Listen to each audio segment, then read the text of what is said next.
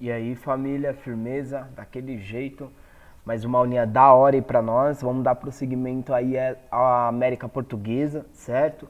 Então, essa aula ela é fundamental para a gente quebrar diversos preconceitos sobre as atividades econômicas. O segundo vídeo a gente vai falar sobre os bandeirantes. É fundamental que você veja o segundo vídeo também, beleza? Então, para a gente começar a adentrar já a atividade da mineração, o ciclo da mineração que foi muito importante, posteriormente já vem independência, império e república, beleza? Então vamos lá. Aqui a gente tem um repouso de uma caravana, né? Então aqui a gente vai falar um pouco desse setor da atividade econômica do Brasil, certo? Que é grande responsável por conectar diversas áreas muito distante, né? A gente tem um território muito vasto e para conseguir que toda essa mercadoria, toda essa diversidade econômica de atividades que tinham, ela pudesse se comunicar e pudesse chegar de uma região para outra, era necessário que houvesse uma atividade específica para isso. Então já vamos começar com esse momento específico, beleza? Então a gente vai falar um pouco da diversificação da atividade econômica, certo? A expansão territorial ela está muito ligada a isso, beleza? Tanto do norte e nordeste, com as drogas do sertão, beleza? E do sudeste, os bandeirantes, e do sul, atividades de pecuária. O sudeste também tem a mineração posteriormente, daqui a um vídeo, sem ser esse ou nem outro, o próximo, beleza? Aqui tem uma questão para ser refletida, que seria interessante que você respondesse para mim o que foi baseado nessa atividade, né? Nesse momento histórico, você vê que prossegue, né? Até os momentos atuais, né? O que essa atividade econômica fez de coisas intrínsecas na nossa cultura que atravessou todo esse período, beleza? Então, até que ponto a nossa vida depende dessas condições materiais e econômicas e até que ponto elas são influenciadas, beleza? Então, já vamos começar de uma forma que já contextualizando o que está acontecendo no mundo, tá? Então, a nossa aula anterior a gente falou sobre as invasões dos europeus, então aquelas nações que saíram atrasadas nesse percurso de capitalismo mercantilista, teve umas que foram pioneiras, como Portugal, depois Espanha, e teve outras que demoraram mais, como a França, Inglaterra, né, que estavam em conflito ali na Guerra dos 30 anos, na Guerra dos 100 anos, entre elas, e consolidando seu Estado absolutista, tá? Então, nesse momento, a gente tem que essas potências, elas invadem, esses Estados modernos invadem os territórios coloniais, a Inglaterra vai para a América do Norte, funda as 13 colônias, certo? E aqui, né, a gente tem a invasão dos franceses e holandeses. Posteriormente, os holandeses foram expulsos e quando eles foram expulsos, eles tiveram indenização do território, a gente já discutiu isso na aula anterior, né? Eles tiveram essa indenização. E o que é importante dessa indenização? É que eles saíram daqui, foram para as Antilhas e fundaram lá a cultura do açúcar. Então, a partir desse momento, a Companhia das Índias Ocidentais, que é a companhia fundada que invadiu Pernambuco, ela começa a levar a sua atuação agora para as Antilhas e o açúcar produzido lá como mão de obra escrava de territórios tomados na costa oeste da África pelos holandeses, tomado dos portugueses, certo? Com essa mão de obra escrava que antes era portuguesa e agora está sob domínio holandês. E agora no território das Antilhas, o açúcar produzido lá começa a concorrer com o açúcar brasileiro. Então há uma queda na produção de açúcar, não uma queda, né? Mas há uma perda de valor desse açúcar brasileiro no mercado mundial. Lembra que é um produto constituído em cima daquilo que a gente chama de plantation, né? Monocultura, mão de obra escrava e para exportação. Então, mais açúcar no mundo sendo produzido em regiões concorrentes, esse preço cai, beleza? Então, nesse momento, a gente vê que nessa balança comercial da América Portuguesa, a gente vê que há uma descompensação. Então, aquilo que era ocupado pela agroexportação de rapadura, de açúcar, né? Ele acaba tendo uma queda, então outras atividades acabam ganhando destaque. E é por isso que o vestibular cobra, beleza? Então, com essa introdução, aqui é importante também destacar, né, já aderindo a mais a aula de hoje, né, aqui é importante destacar que a economia, esse processo de compra e venda de produtos entre países, entre costas diferentes, ele se dava mesmo no pacto colonial, que é um conceito muito importante, tá? Mesmo no pacto colonial, essa troca, né, de, por exemplo, de Salvador para Angola, de Salvador para Costa da Mina, Moçambique, ocorria de forma direta, certo? Então, não necessariamente precisava passar por Portugal, seguir o rito por completo do pacto colonial, certo? Mas havia comércios dinâmicos, né, que são chamados de dinâmicos, com regiões como o Rio da Prata, que a gente vai ver lá no final da aula, Angola, Costa da Mina, Moçambique, na costa oeste da África, do continente africano, Goa e Macau na Ásia, beleza? Então esse comércio, geralmente, ele circulava em cima do quê? De troca de produtos feitos aqui no território por mão de obra escrava. Que produtos são esses? Mandioca, né? A gente vê que a mandioca é a base da alimentação dos escravos. Então, se você... escravos não, desculpa, das pessoas escravizadas, certo? Então, nesse momento, a gente tem aí que ela é a base dessa alimentação. E quando a gente vai ver como isso reflete na nossa cultura, lá em 1824, com a primeira Constituição, ela é apelidada a Constituição de 1823, que é uma anterior à de 24, ela é apelidada, a de 23, de Constituição da Mandioca. Ou seja, o poder dela era calcado em cima do quê? Do poder dos senhores, dos escravistas brasileiros, beleza? E a gente tinha aí, como eu disse, produtos que trocavam, né, por essa mão de obra de povos que estavam sendo escravizados, como o fumo, né, e a aguardente e rapadura. Rapadura é aquilo que a gente vai falar de açúcar. Beleza? Então, você trocava tanto fumo como a aguardente, navios inteiros iam para a costa da Angola, certo? Né? De outras regiões também, iam para essas costas no continente africano, e lá eles trocavam essas mercadorias por pessoas, por povos inteiros que foram escravizados, beleza? Que estão em regime de escravo. A rapadura, aqui, para quem não conhece, né, é isso daqui, ó. Tá? Isso daqui era aquilo que era produzido no engenho. Então, o que era produzido no engenho? Né? Primeira coisa, isso aqui são tudo atividades ao redor do engenho, porque elas são complementares à atividade agroexportadora. Você precisa comprar fumo, produzir aguardente para trocar por mão de obra, certo? Por pessoas que estavam sendo escravizadas. E a gente tem aí a mandioca como base da alimentação e a rapadura, o produto final da produção agroexportadora do engenho, da plantation, da cultura do açúcar no Brasil, na América Portuguesa. E isso era vendido nesse formato, em tablete mesmo, era vendido para os holandeses, que refinava ela, purificava ela e vendia na Liga do Norte, no continente europeu, beleza? Então, tudo isso aqui são atividades que estão complementares àquela atividade principal, que é a atividade agroexportadora, beleza? Então, aqui é importante vocês verem que é uma coisa mais complexa, beleza? Não é algo simplesmente jogado aí, tá? O algodão também, né, ele é ligado a confecções de roupas, tanto dos escravos, né, e tanto como moeda de troca, tanto com o Estado, com as 13 colônias, como também com a própria Inglaterra, beleza? Então, nesse momento, a gente tem aí uma produção intensa desse produto no Maranhão, intensa mesmo, tanto que é uma região muito importante, inclusive há conflitos lá por causa disso.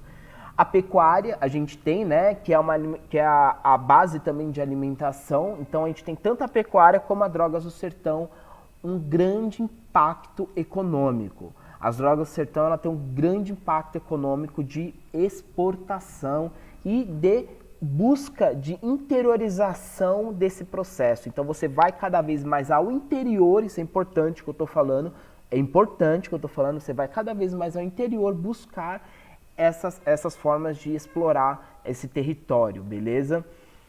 As Drogas do Sertão, o que é essa porra, né? É cacau, baunilha, né, guaraná, ervas medicinais e aromáticas. Então são tudo produtos, né?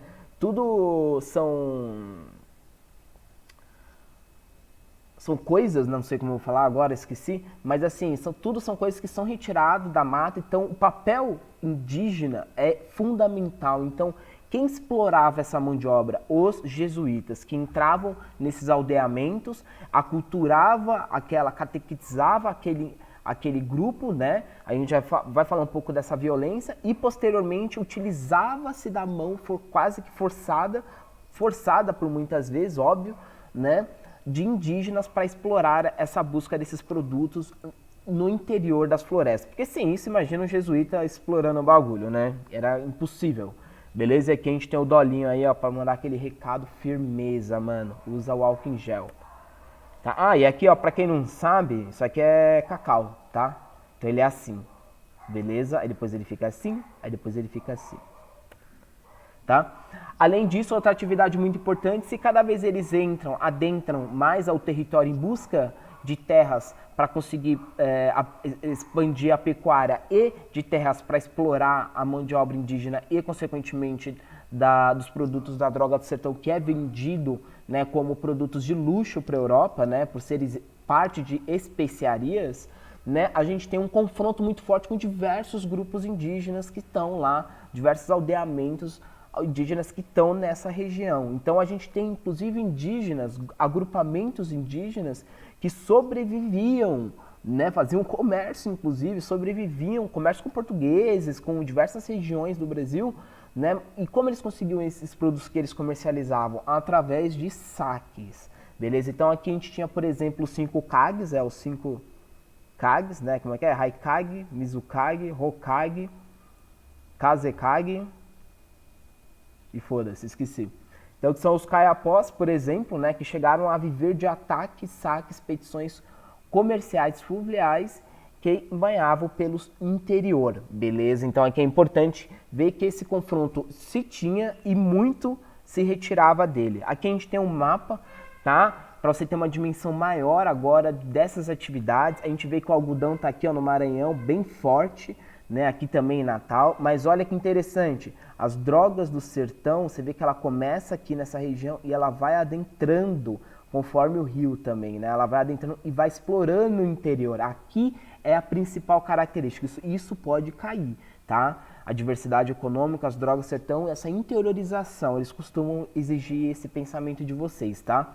Outra coisa, em verde aqui a gente tem a pecuária, a gente vê que são diversas regiões, né? Então, e vai desde o norte, no nordeste, até o sul, lá no sul, quase na Bacia da Prata, na foz do Rio Prata, beleza? Então toda essa região é conectada por alguma coisa, né?